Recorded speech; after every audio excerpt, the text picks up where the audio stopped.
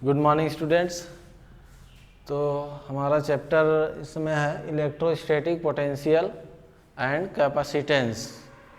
तो इसमें हम लोगों ने कैपेसिटर टॉपिक छूटा था तो उसी को हमें पढ़ना है। कैपेसिटर क्या होता है?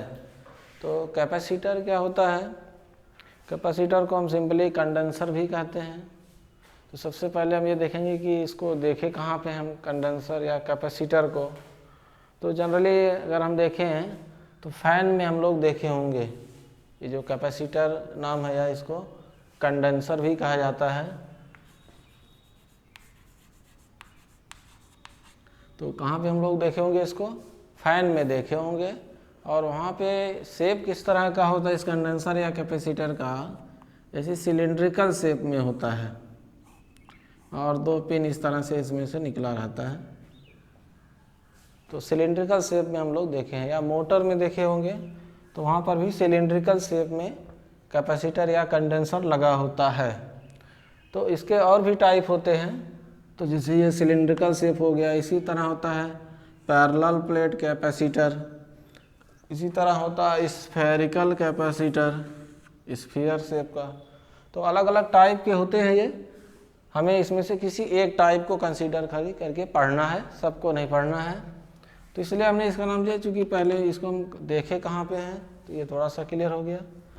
और इसी तरह से इसका हम कैपेसिटर या कंडेंसर को जो टेलीविज़न का प्लेट होता है उस पर भी हम लोग देख सकते हैं कि बहुत सारे सिलेंड्रिकल शेप के कैपेसिटर लगे रहते हैं या कुछ अदर शेप के भी कैपेसिटर या कंडेंसर लगे होते हैं। तो ये जो हम कैपेसिटर टॉपिक पढ़ रहे हैं इसका फंक्शन क्या है, यूज क्या है? तो कैपेसिटर करता क्या है? It is a charge storing device. ये करता क्या है? चार्ज को स्टोर करता है। चार्ज को स्टोर करने का काम करता है ये कैपेसिटर या कंडेंसर। तो चार्ज को स्टोर करता है। तो बैटरी या सेल भी हम लोग जानते हैं चार्ज स्टोर रहता है उसमें। तो दोनों में डिफरेंस क्या है? तो बैटरी जो होता है या सेल चार्ज का फ्लो स्टडी वे में करता है, कांस्टेंट वे में चार्ज का फ्लो करता है, ऐसा नहीं कि सडनली कर दे। लेकिन जो कैपेसिटर में चार्ज स्टोर होता है, ये चार्ज स्टोरिंग डिवाइस है, ये सडन करता है, सडन चार्ज का फ्लो कर देता है ये, जिसके अकॉर्डिंग हमारा जो रिक्वायरमेंट होता है वो कंप्लीट हो जाता है। जैसे मोबाइल की फ्लैश लाइट निकलती है तो वहाँ पे होता क्या? कंडेंसर का या कैपेसिटर का सडन अमाउंट ऑफ जो चार्ज पहुँचता है उसी से फ्लैश लाइट निकलती है। तो इस तरह से हम समझ गए कि कैपेसिटर का यहाँ काम क्या है। It is a charge storing device. अब हम इसके बारे में पढ़ेंगे कि इसका कैसे क्या फंक्शन है, किसी कैपेसिटर का कैपेसिटी किस पे डिपेंड करेगा, किस पे डिपेंड नहीं करेगा, ये सब हम इसमें देखेंगे। तो कैपेसिटर का अरेंजमेंट कैसे बनता है सिंपली पहले देख लें। तो इसमें सिंपली है कि when two charge conductor separated by an insulator then this arrangement form capacitor. तो ये अरेंजमेंट अगर कहीं बना दिए हम तो कैपेसिटर या कंडेंसर कहा जाएगा। व्हेन टू चार्ज कंडक्टर, दो कंडक्टर होने चाहिए, दोनों चार्ज होने चाहिए और वो किसी इंसुलेटर से सेपरेटेड हों फाइनाइट डिस्टेंस से, तो ये अरेंजमेंट क्या कहा जाएगा? कैपेसिटर। तो इसको हम लोग सबसे पहले एक बार लिख लेंगे। कैपेसिटर सिंपली इतना लिखें, two charge conductor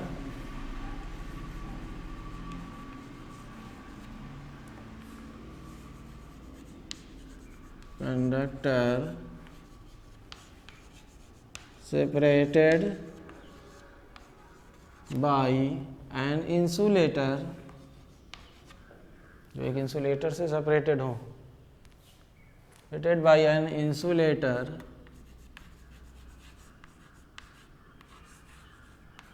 form a capacitor. क्या फॉर्म करता है? कैपेसिटर फॉर्म करता है अरेंजमेंट, या कंडेंसर फॉर्म करता है। तो इंसुलेटर हम जानते ही हैं, जैसे कंडक्टर होता है इंसुलेटर जिसमें चार्ज का फ्लो नहीं हो पाता इंसुलेटर, या इसी को हम डाइलेक्ट्रिक भी कहते हैं कि जिससे चार्ज का फ्लो ना हो पाए, करंट का फ्लो ना हो पाए, तो that is known as insulator. तो ये अरेंजमेंट अगर हमें फॉर्म करना है तो two charge conductor separated by insulator form a capacitor. तो अगर हम इसका एक फिगर बना के समझें कैसे क्या, तो कोई भी इरेगुलर शेप का फिगर बना सकते हैं जैसे बुक में दिखाया है। तो ये हमने मान लिया कंडक्टर 1, ये मान लिया हमने कंडक्टर 2, दो कंडक्टर हैं। एक पे मान लिया इस पे 3 प्लस चार्ज हैं, तो दूसरे वाले पे उतना ही 3 माइनस चार्ज इसमें रहेंगे, so that net charge will always be 0। तो ये 2 चार्ज कंडक्टर एक जनरल फिगर बनाया गया है, क्योंकि कई शेप के होते हैं।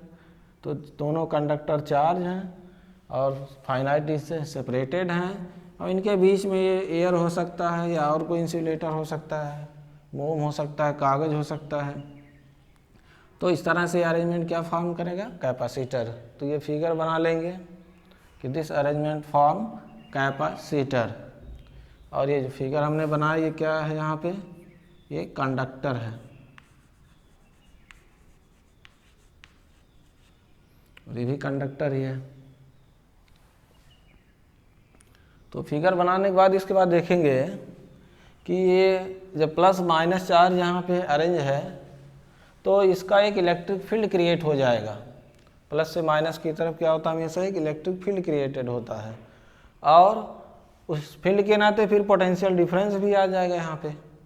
तो ये हम यहाँ देखेंगे कि जो इनके कंडक्टर 1 2 के बीच जो पोटेंशियल डिफरेंस है वो किस चीज़ पे डिपेंड करेगा, ये हम समझेंगे, जिससे हमें एक फार्मूला मिल जाएगा कि कैपेसिटेंस ऑफ कैपेसिटर कितना होता है। तो चूँकि प्लस माइनस चार्ज का अरेंजमेंट है, तो प्लस से माइनस की तरफ हमें पता है कि इलेक्ट्रिक फील्ड क्रिएट होता है, ऐसे प्लस से माइनस इलेक्ट्रिक फील्ड, प्लस से माइनस इलेक्ट्रिक फील्ड है तो पोटेंशियल डिफरेंस भी होगा। तो यही पोटेंशियल डिफरेंस कह रहे हैं कि किस पे डिपेंड करेगा यहाँ इस फिगर में। तो हम समझ सकते हैं कि potential difference directly proportional to charge stored on the capacitor plate. ये पोटेंशियल डिफरेंस सीधे सीधे किस पे डिपेंड करेगा, यहाँ पे कितना चार्ज स्टोर है। क्योंकि अगर चार्ज जो स्टोर है उसको 0 कर दिए, प्लस तीनों प्लस हटा दिए, माइनस भी हटा दिए, कोई चार्ज अगर यहाँ नहीं रह गया तो पोटेंशियल डिफरेंस भी कुछ नहीं रहेगा, 0। जैसे हम दो कंडक्टर ले लें, इसे आपस में थोड़ी दूर पर रख दें तो उनके बीच कोई पोटेंशियल डिफरेंस नहीं होगा। तो जब हम उस पर चार्ज सप्लाई करना शुरू करेंगे तो क्या होगा, उसके बीच का पोटेंशियल डिफरेंस बढ़ना शुरू हो जाएगा। यहाँ पे अगर एक प्लस माइनस है तो कम पोटेंशियल डिफरेंस होगा, प्लस माइनस की संख्या और बढ़ाते जाएं तो पोटेंशियल डिफरेंस बढ़ता जाएगा। तो यहाँ से क्लियर हो गया कि potential difference across the capacitor is directly proportional to charge stored on it, जिससे हमें एक फार्मूला मिल जाएगा। तो अब इसको हम लिखेंगे कैपेसिटर हेडिंग में, ये फिगर बना लेंगे। इसके बाद लिखना है the potential difference, the potential difference across the capacitor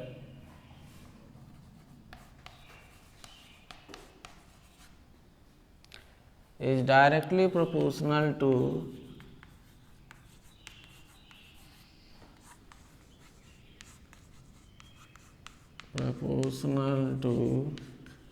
charge stored on it,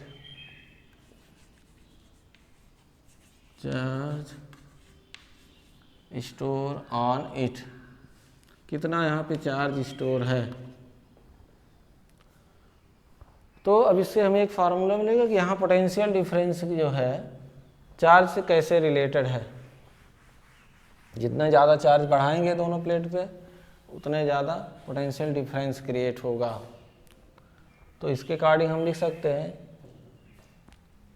V directly proportional to Q। V हमारा पोटेंशियल डिफरेंस डिनोट कर रहा है और Q जो है चार्ज को डिनोट कर रहा है, जो यहाँ लिखे हैं proportional to charge store on it.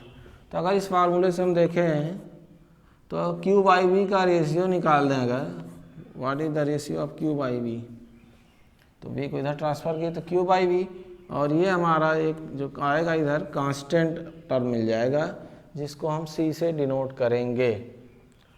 तो अब यहाँ हम लिख लेंगे कि ये सी है क्या यहाँ पे। तो क्यू बाई वी का हमने रेशियो लिया तो क्या आया, एक कांस्टेंट सी। तब नीचे लिखना है कि सी क्या है, वेयर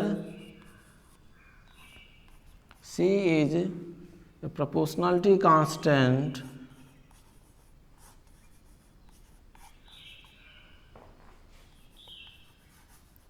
proportionality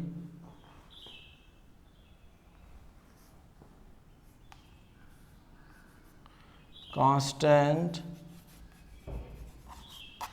क्या है, प्रोपोर्शनलिटी कांस्टेंट है, known as capacitance of the capacitor. इसका नाम क्या है यहाँ पे, नोन एज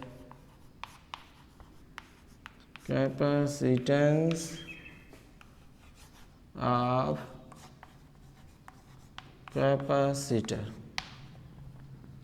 तो इसी का नाम क्या होगा यहाँ पे, capacitance of capacitor.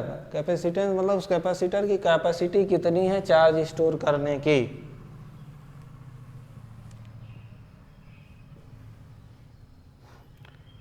Known as capacitance of capacitor. तो ये हमें पता चल गया, यहाँ जो कांस्टेंट है इसको हम क्या कहेंगे, कैपेसिटेंस ऑफ कैपेसिटर कहेंगे, जो इसकी कैपेसिटी को बताएगा। अब इसके बाद हमें रिजल्ट लिखना है कि ये जो कैपेसिटेंस ऑफ कैपेसिटर सी है ये क्यू और वी पे डिपेंड करता है कि नहीं।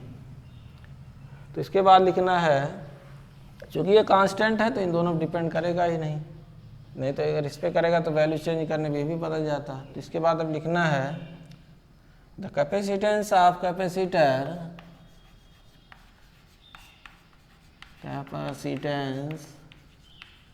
of capacitor, या इस फार्मूले से does not depend on Q and V, दोनों पे डिपेंड नहीं करता चूँकि कांस्टेंट है। तो अब डिपेंड किस पे करता है हम ये लिख लेंगे, किस टर्म कंडीशन पे ये डिपेंड करता है। तो हमें अब इसको लिखना है, उसके बाद उसका डेरिवेशन करना रहेगा आगे। तो इसके बाद लिखेंगे कि जो कैपेसिटेंस ऑफ कैपेसिटर है डिपेंड करता है क्या। तो यहाँ सिंबल से हम सीधे लिख दे रहे हैं, की बार जो क्या कहेंगे इसको, capacitance of capacitor C depend on. तो डिपेंड किस पे करता है जब क्यू भी डिपेंड नहीं करता है, क्योंकि कांस्टेंट है तो क्यू भी डिपेंड नहीं करता। जैसे हम लोग पढ़े थे R equal to V upon I, तो ये आर क्या है, वी आई पे भी डिपेंड नहीं करता है, वी चाहे जो रहे आई चाहे जो रहे, आर कांस्टेंट ही रहेगा। तो जैसे हम लोग आर पढ़े थे उसी तरह यहाँ पे सी होता है। तो ये यहाँ भी पढ़े थे हम लोग, आर किस पे डिपेंड करता है, अब यहाँ लिखना है।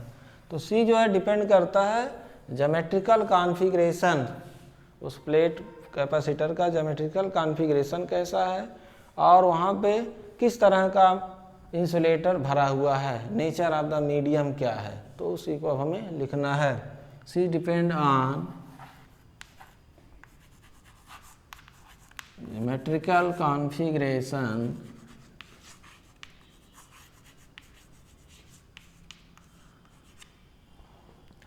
जिसमें उसका एरिया और सेपरेशन आ जाएगा, जो कैपेसिटर होगा कंडेंसर कितना एरिया है प्लेट का और कितने सेपरेशन पे है, geometrical configuration and nature of the medium, nature of the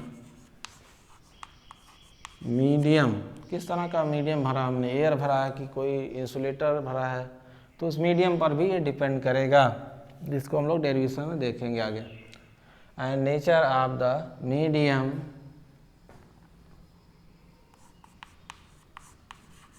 kept in it, किस तरह का मीडियम भरा गया है। तो इसको हम डेराइव करके जो फार्मूला आएगा उससे देखेंगे कैसे ज्योमेट्रिकल कॉन्फ़िगरेशन है नेचर ऑफ द मीडियम पर डिपेंड कर रहा है। तो ये कैपेसिटर के बारे में हो गया, हमें फार्मूला मिल गया और वो फार्मूला सी इक्वल टू क्या है, क्यू बाई वी, और किस पे डिपेंड करता है किस पे डिपेंड नहीं करता ये हमने लिखा। इसके बाद अब ये कैपेसिटेंस ऑफ कैपेसिटर को डिनोट कैसे किया जाएगा, जैसे हम लोग रजिस्टर को ऐसे डिनोट करते हैं इस सिंबल से, तो कहते हैं रजिस्टर का सिंबल है। तो कैपेसिटर का सिंबल कैसा होगा, उसके लिए हमें लिखना है what is the symbol of capacitor. तो इसके लिए अब हम लिखेंगे, तो इसमें दो तरह के सिंबल यूज किए जाते हैं, एक फिक्स कैपेसिटेंस का कैपेसिटर का सिंबल होता है और एक वेरिएबल कैपेसिटेंस के कैपेसिटर का सिंबल होता है। तो इसमें लिखेंगे द कैपेसिटर ऑफ फिक्स, मतलब जो वेरी ना करे टाइम के साथ, फिक्स रहे हमेशा। Capacitor of fix capacitance is denoted by, इस तरह से डिनोट करेंगे, ये एक लाइन ऐसे होगा हॉरिजॉन्टल लाइन,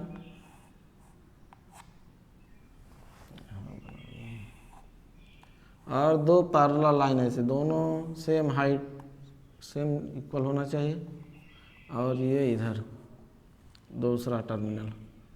तो ये क्या है, फिक्स कैपेसिटेंस के कैपेसिटर को डिनोट करेगा।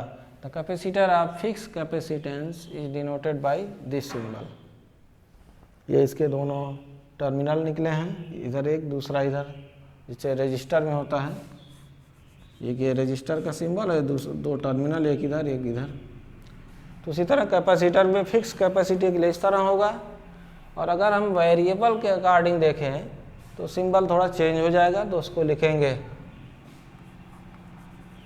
the capacitor of variable capacitance is denoted by, इसका जो सिंबल होगा पूरा इस तरह तो रहेगा ही, एक बीच में इसे एरो बना देंगे जो बताएगा कि वेरिएबल कैपेसिटेंस का ये कैपेसिटर है। तो इस तरह से पूरा हो गया कि फिक्स कैपेसिटी का कैसे डिनोट करेंगे सिंबल, और वेरिएबल कैपेसिटी का कैसे डिनोट करेंगे। अब इसका अगर हम एसआई यूनिट देखें तो ये एसआई यूनिट लिख लेंगे। कैपेसिटेंस का एसआई यूनिट क्या होता है, इट्स एसआई यूनिट इज, तो हमारे पास formula C equal to Q by V, formula क्या हमारे पास, C equal to Q by V. यहाँ से देखें तो क्या होगा, चार्ज का ऐसा यूनिट कूलाम होता है, और ये पोटेंशियल डिफरेंस का यूनिट क्या होता है, वोल्ट। तो कूलाम पर वोल्ट, या उसी का एक नाम होता है फैराड इज। तो यहाँ से क्या लिख सकते हैं, कूलाम पर वोल्ट आर, इसका जो स्टैंडर्ड है नाम होता है farad, and denoted by F. Farad को हम खाली एफ से डिनोट करेंगे। तो ये इसका हमने एसआई यूनिट देख लिया कि क्या होगा इस फार्मूले से, कि जो भी एसआई यूनिट होता है पहले फार्मूले से ही निकलता है, फिर उसके बाद हम करेंगे। इसके जो अदर एसआई यूनिट होते हैं वो लिख देंगे थोड़ा सा, एक लाइन खाली, it's other units are microfarad. तो हम ये रिलेशन भी लिख दे रहे हैं, -6 farad, nano farad -9 farad, pico farad that is equal to 10⁻⁻12 farad. तो इस तरह से कंप्लीट हो गया। अब इसके आगे में पढ़ना है।